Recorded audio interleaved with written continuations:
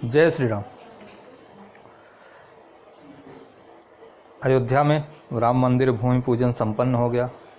उसके बाद से काफ़ी लोगों की जली पड़ी है। इसी में एक नाम और जुड़ गया है, मशहूर शायर मुनव्वर राणा का।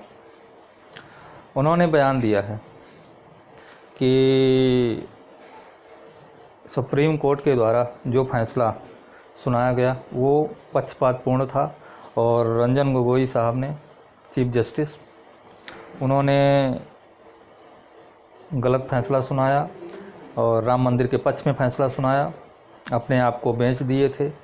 उसके बाद उन्होंने तुरंत सदस्यता ग्रहण कर ली राज्यसभा से और करोड़ों रुपए में अपने आप को बेचा। ये सब आरोप उन्होंने लगाया।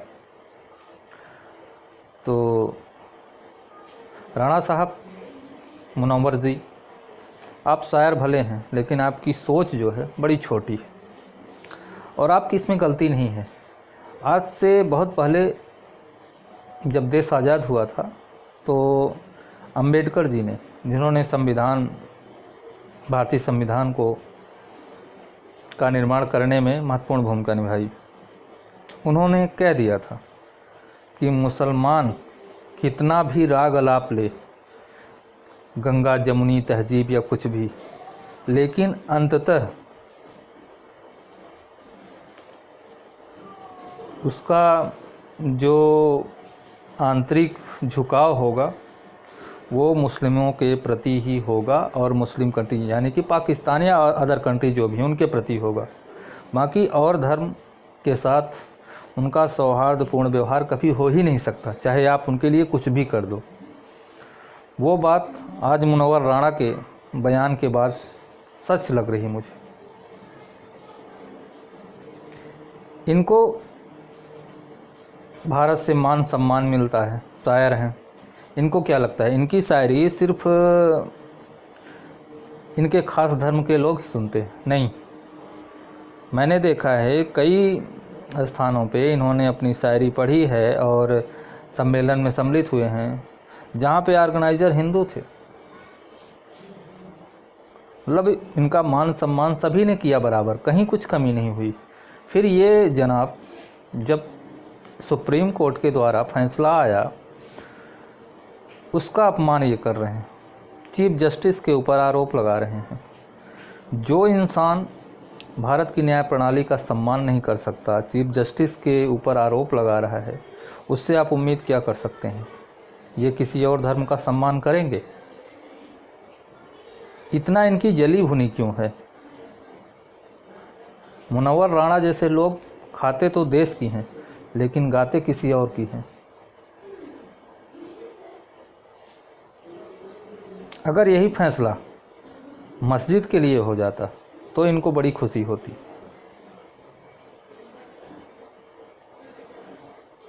तब ये कहते सुप्रीम कोर्ट ने न्याय किया। इनके फेवर में अगर बात हो तब तो बढ़िया।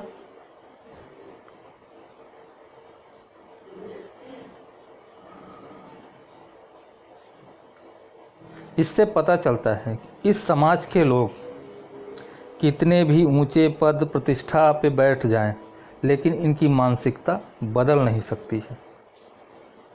मौका आने पर ये अपनी जात, अपना धर्म जरूर दिखाएंगे।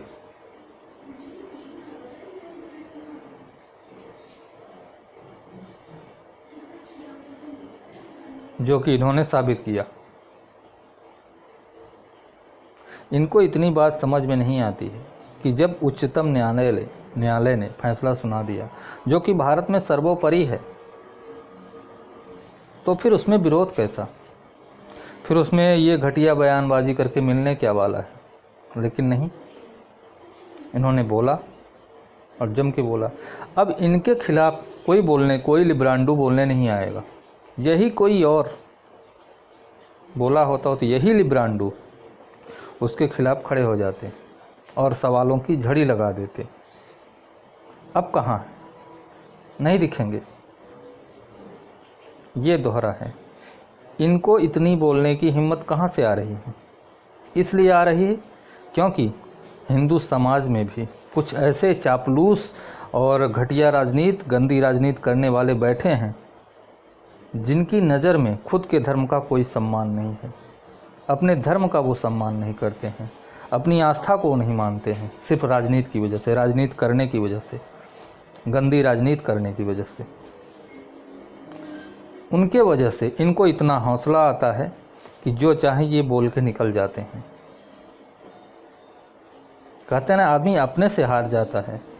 तो जो हिंदू समाज में कुछ चूतिए बैठे हैं ऐसे, जो घटिया राजनीति के चलते इनके सपोर्ट में जहाँ तहाँ खड़े होते हैं, तथा कथित लिब्रांडू, उनकी वजह से ये बोल पाते हैं ऐसा। चाहे जिसके ऊपर आरोप लगा दें।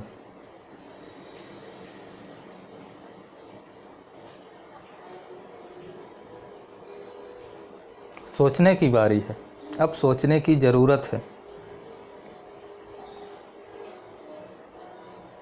अगर कोई अपने धर्म में पूर्ण आस्था रखता है, उसके हिंदू धर्म का, और पूरी आस्था उसके प्रति है और उसको मानता है, तो फिर इन जैसे लोगों को इतनी तकलीफ़ क्यों होती है?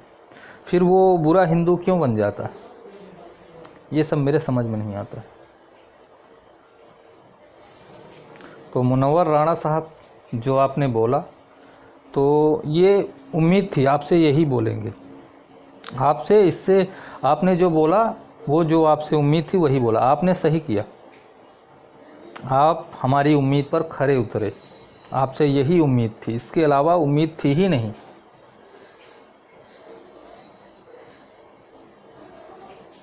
आपके लोग जो करते हैं, जो बोलते हैं, वही तो आप कर रहे हैं। इसमें बुरा आपने क्या कर दिया? कोई बात नहीं, बोलते रहिए, लेकिन कुछ होने वाला नहीं है आपकी बयानबाजी से, ये मैं आपको बता दूं।